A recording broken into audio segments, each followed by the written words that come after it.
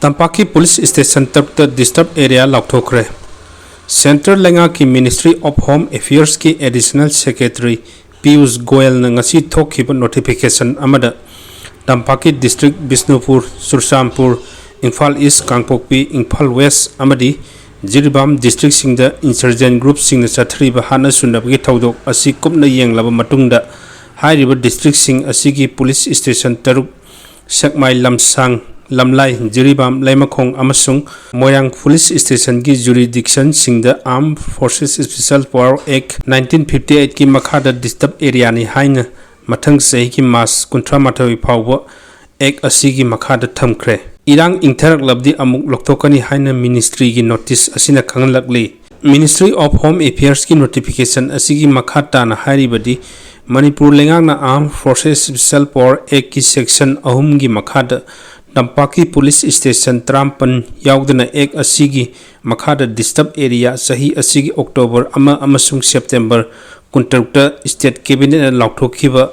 asigi manungda irang yamna laiba police station taruk asida security na ahenba law and order ngangnabagi namak hairiba police station taruk asida ministry na ngasidagi disturbed area lauthokibani hairi phoubei mai thanaba kumtharakba Kuki sing 80 na mai pakhan khidre amambagi khudongchaba lawraga phoubei mai thanaba kumtharakba Kuki khulai paiba sing aramai tengwal mai pakhan khidre Kuki singna Bethel amadi Koktruk mathak singyang paringda area dominate tawna phibam semlaga laikhre press na phangba paw amagi matung ina ngarang numidang pung 7 makhairom tarakpa Bethel awang thangba maikaida leiba zugi pham amagi manakta Kuki khulai paiba singna position lawduna leibagi sahum phangbadagi khonglei thuna rambai tengol gi fighting squad team anina mafam aduda sangsindona mafam adugi phibam yengchinki su pham adugi manakta leiba yen gi farm amagi maning canal da sorakna Kuki khulai paiba tararom position lawdun lairamba thengnabadagi labuklom da changsilaktana fighting squad ki team aduna Kuki khulai paiba singna position lawduna lairiba maikai adu tamna nongmai round khara kapsin khi Kuki khulai paiba sing aduna su khut handuna nongmai round khara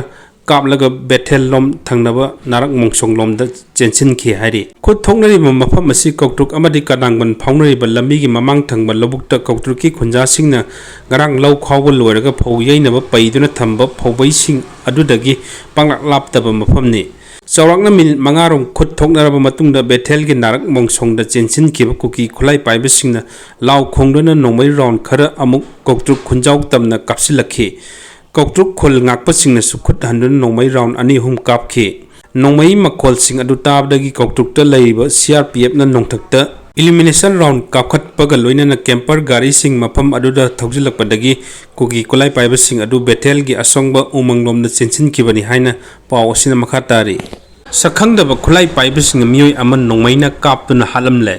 sakhangdaba khulai paiba sing Meoi aman nongmaina kaptuna hatlamle hairiba thodok asi ngarang ahing nongyai matung pung amaga minute kollom tabada Imphal East District ki Porompat Police ki manung chanba yaral pat thokhibani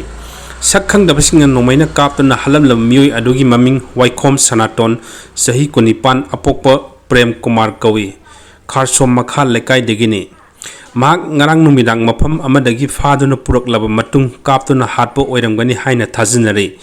asi bhaksang adunga si ayuk walking chatpa Meoi singna thengnakhibani